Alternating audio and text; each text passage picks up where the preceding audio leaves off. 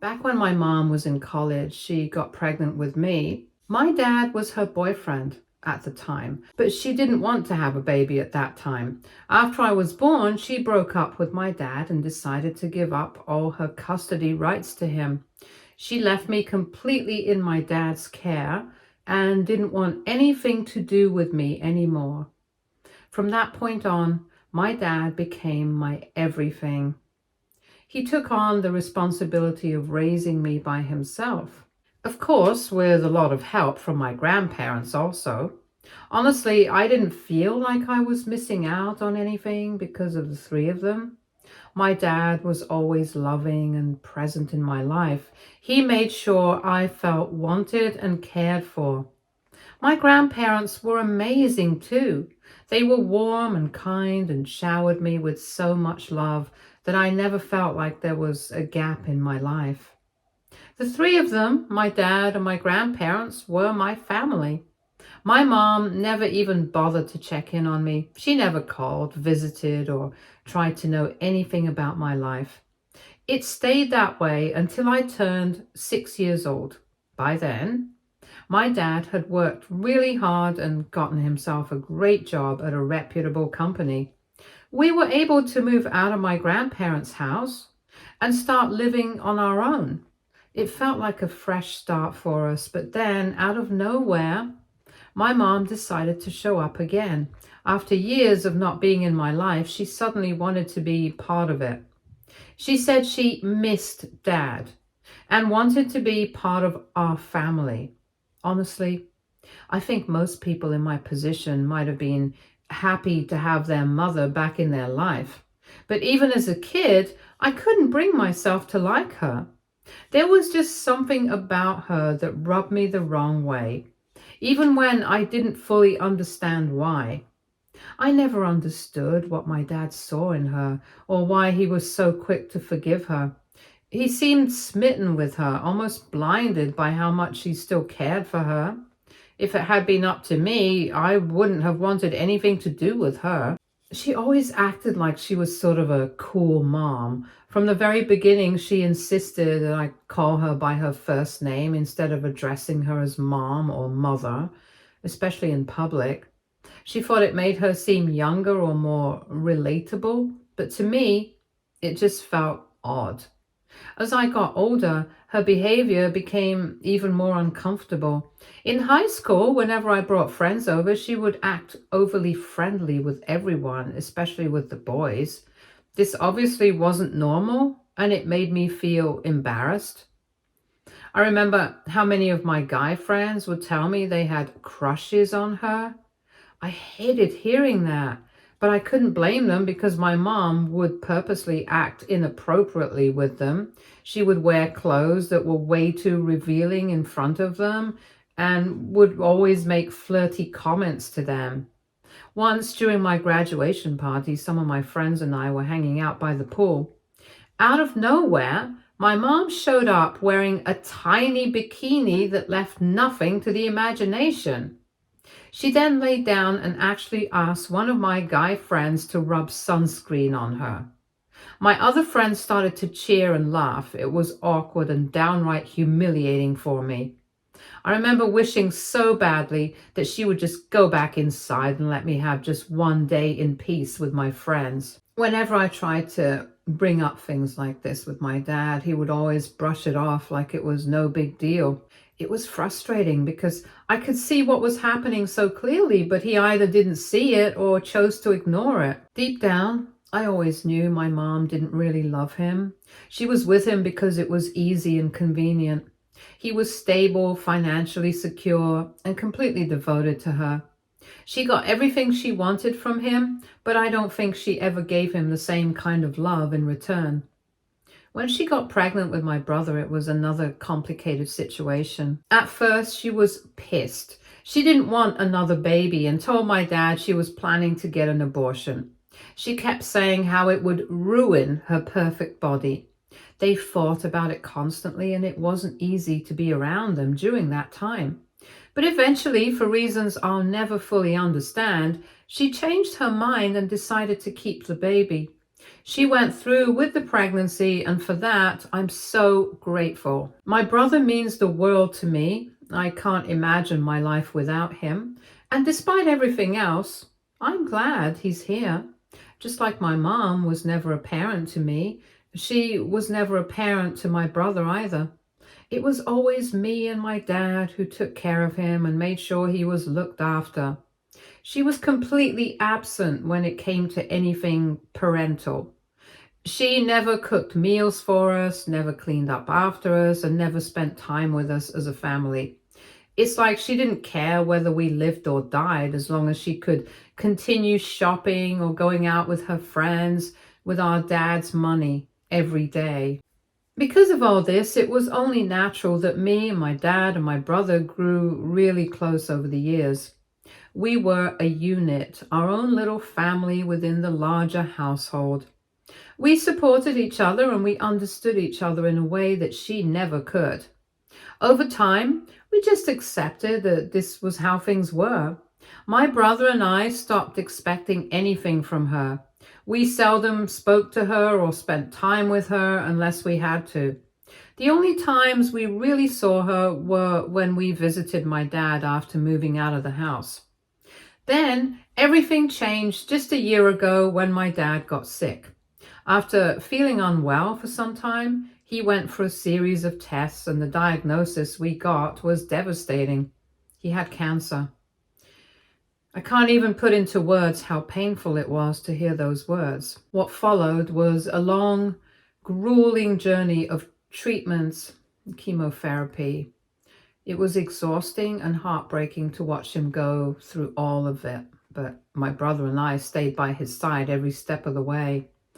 My mom, on the other hand, was completely detached from the situation. She acted as though it wasn't a big deal that her husband, the father of her children, was battling cancer. She carried on with her life as if nothing had changed. She kept herself busy with her usual routine of shopping trips and attending kiddie parties with her friends. It was infuriating and deeply hurtful to see how little she cared. My brother and I did everything we could for my dad, but her lack of support made everything so much harder. Despite all our efforts and the treatments, we eventually lost him. My dad passed away after months of fighting, and the loss has been incredibly painful for both me and my brother.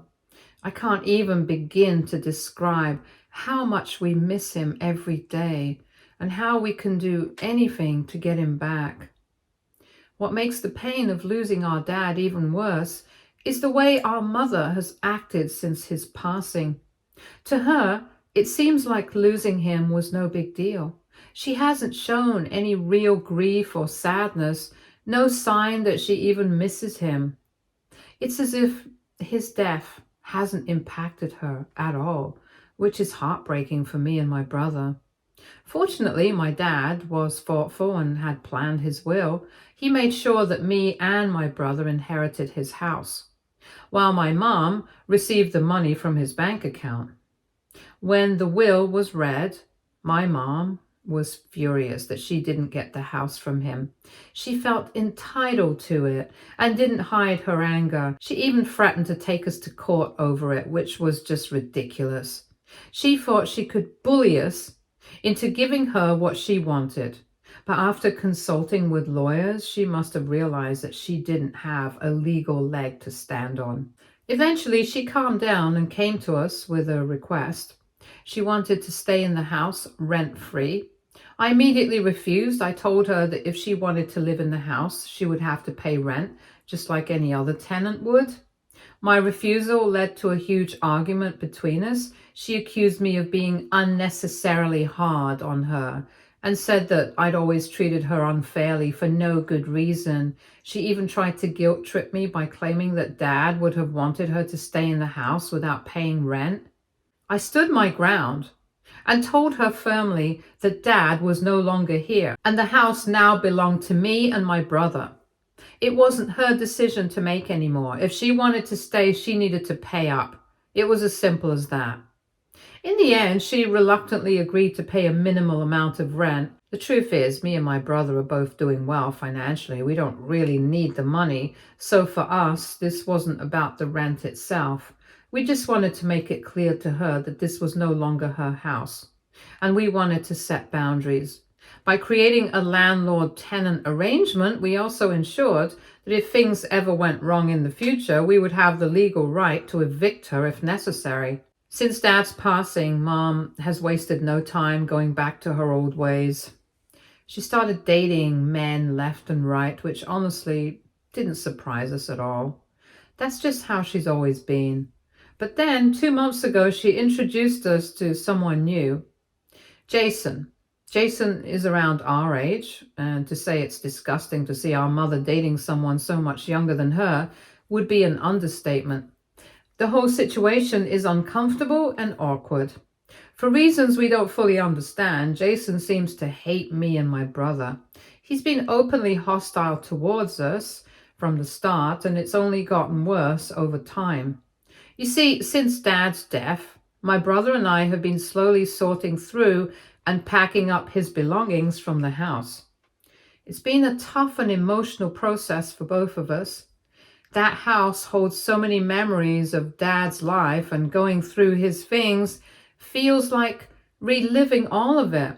We've been doing it carefully, taking our time, making sure everything is packed and moved with respect.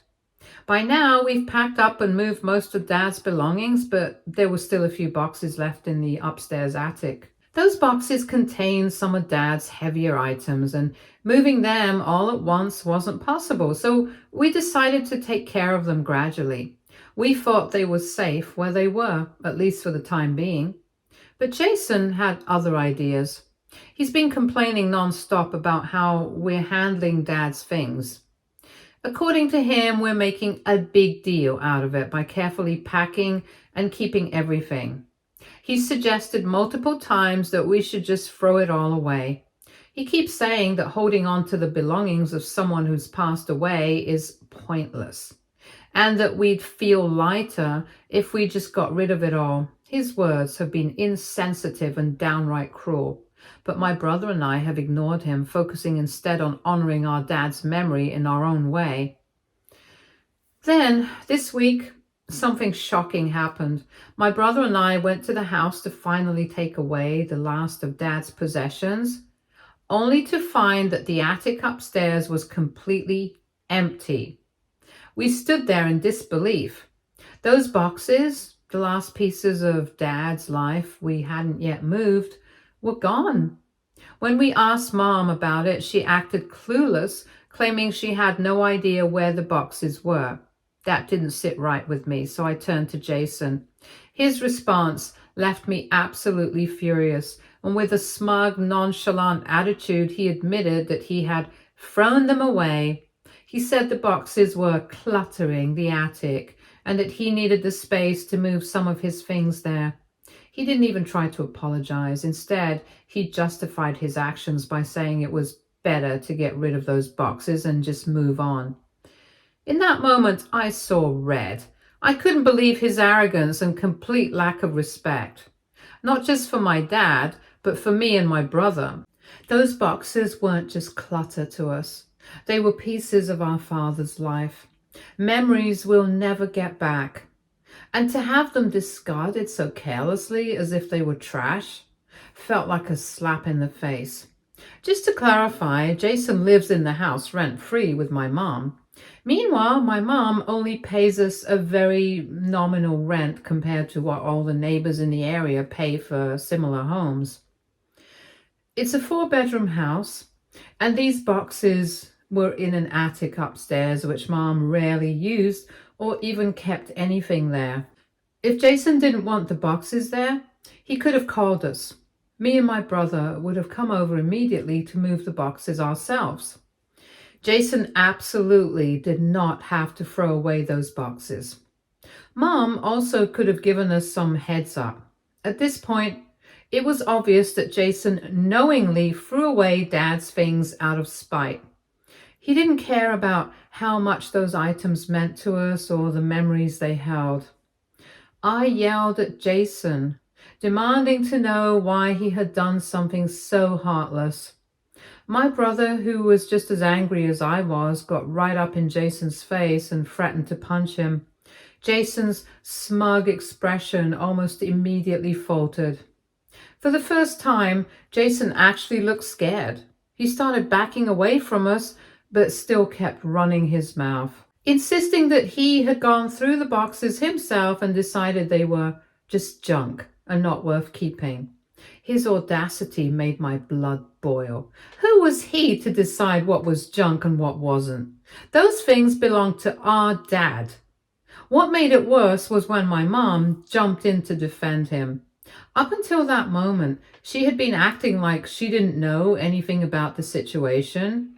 She feigned innocence, pretending she had no idea the boxes were gone.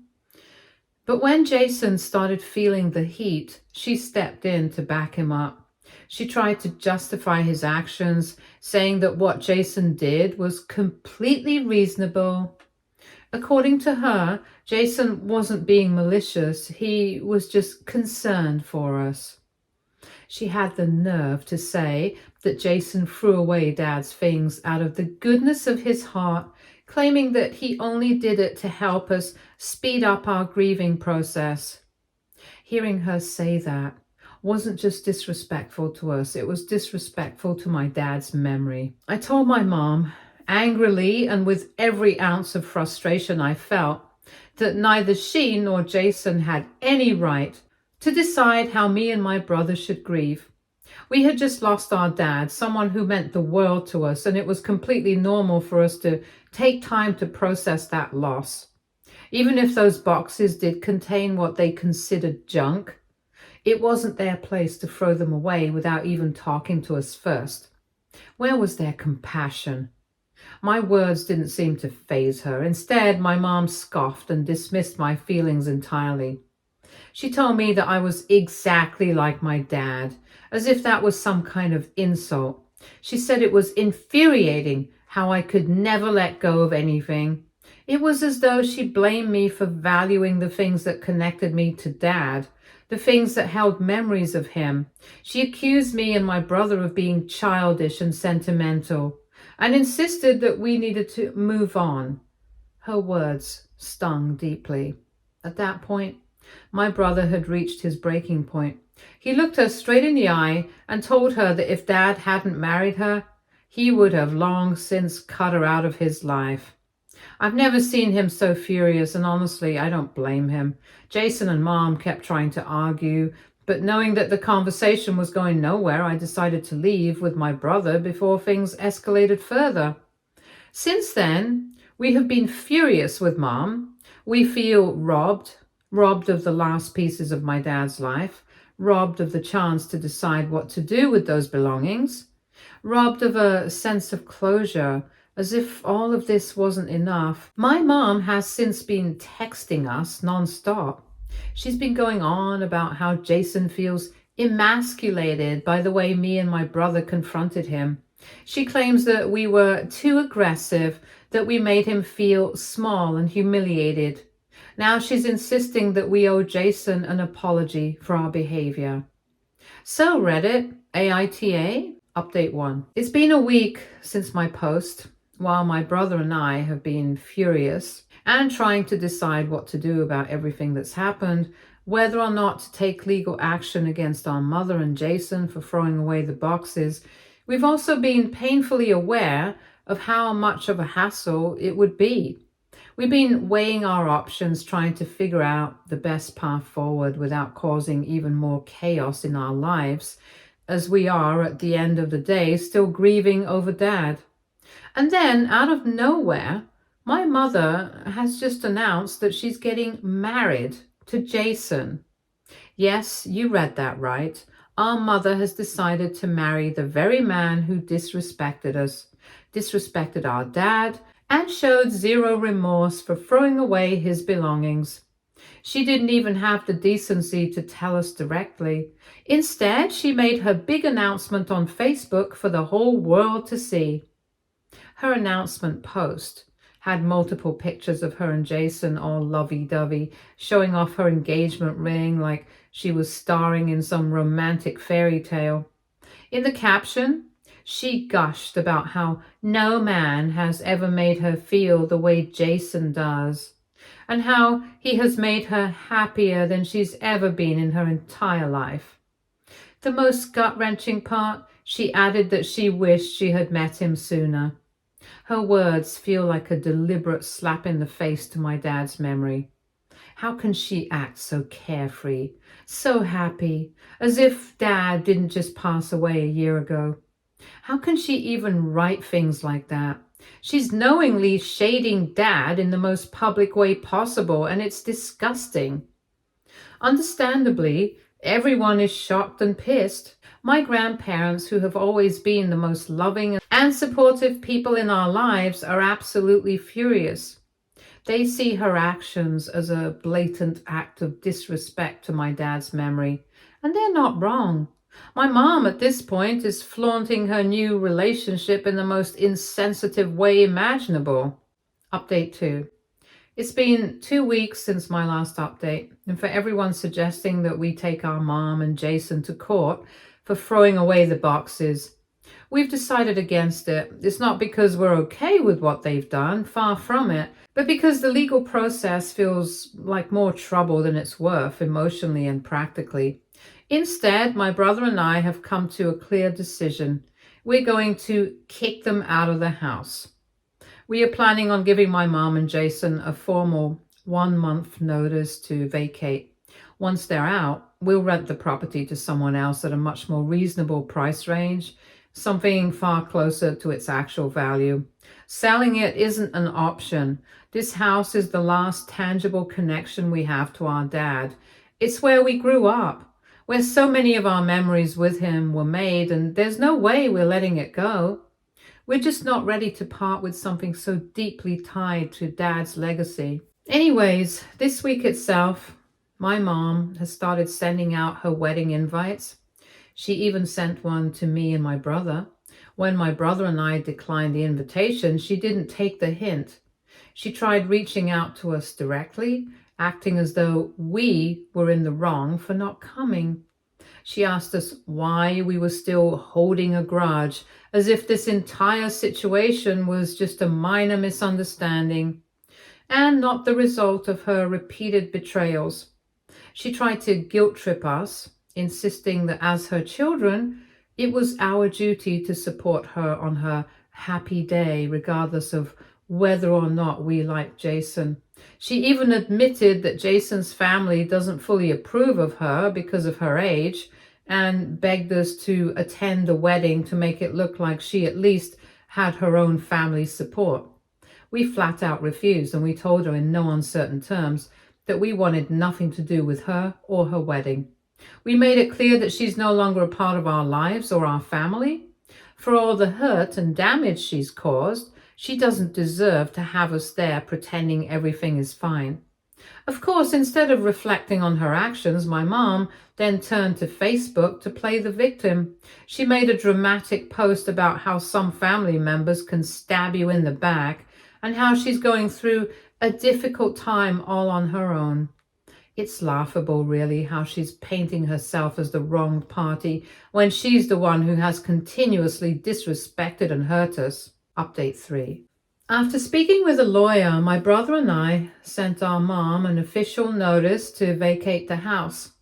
We also let her know in no uncertain terms that if she didn't move out in time, we were prepared to take legal action against Jason for throwing away our dad's belongings and would demand compensation for their value.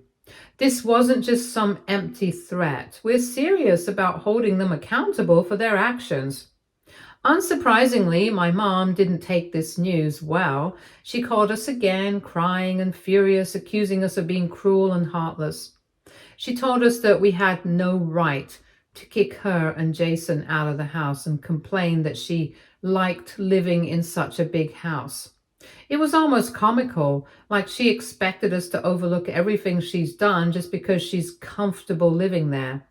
But my brother and I didn't back down. We reiterated our stance and made it clear that if she didn't comply, we wouldn't hesitate to escalate the matter to court. On top of all this, my mom is enraged that no one in the family is planning to attend her wedding.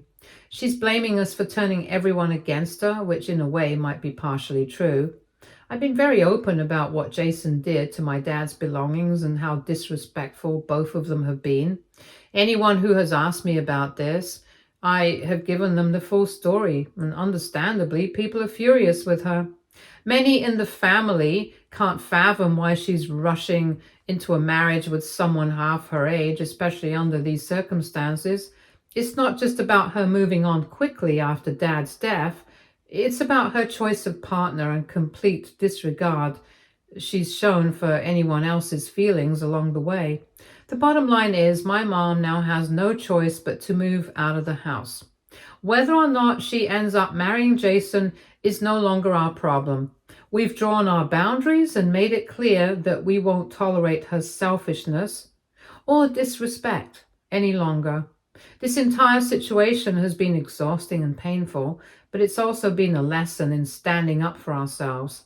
My brother and I are determined to protect what's left of our dad's memory, and we're not letting anyone, least of all our mom and Jason, take that away from us. Update 4. It's been 2 months since my last update. As expected, my mom and Jason refused to respect our notice and leave the house on time. When the day came for them to vacate, Mom outright defied us, telling us she'd take us to court if we tried to enforce the notice on her. We knew it was coming. Her refusal wasn't a surprise, but it still stung. After everything that's happened, the last thing we wanted was to go through more of her manipulation and control. At that point, my brother and I discussed how to handle things, and honestly, we decided to be a little petty. Just like my mom had been to us, we figured we'd use her wedding day as the perfect opportunity to show her the consequences of her actions. We knew that she and Jason would be out all day celebrating their wedding, so we waited patiently for the right moment. When the day finally arrived, we made our move. Since our keys were still the same and we still had full access to the house, we went in, packed up all of Jason and Mom's belongings, and put everything right out on the curb. We didn't just stop there. My brother and my uncle went the extra mile to change all the locks and install security cameras, ensuring that they wouldn't be able to just waltz back in like nothing had happened. We wanted to make sure that if Mom and Jason tried to push back, we had all the proof we needed. To make the moment even more dramatic, we invited some of our relatives over for dinner that night. All of us knew Mom and Jason wouldn't take their removal lightly, and we wanted to see their reaction. Late that night, Mom and Jason finally returned, and it was clear they were more than a little tipsy. They were fumbling around with their keys, trying them over and over on the door, completely unaware that we had already changed the locks. They were so focused on getting inside that it took them a while to realize something was wrong. Eventually, they started knocking on the door when they couldn't come in, and this is when my brother and I opened the door and we confronted them loud and clear, asking why they were trying to break into our house. Their faces were a mix of confusion and shock when they saw us standing there. My mom immediately started arguing, demanding to know why we were there and why we had changed the locks. But before either of us could say much more, my grandfather, who had come with us, spoke up. He loudly reminded her that this was our house, not hers, and that we had already given her a proper notice to vacate. He made it crystal clear that they no longer had any right to be here. Jason, as expected, tried to barge in and continue arguing. He was furious, his face turning red with anger as he tried to defend their right to live there. But my brother wasn't having any of it.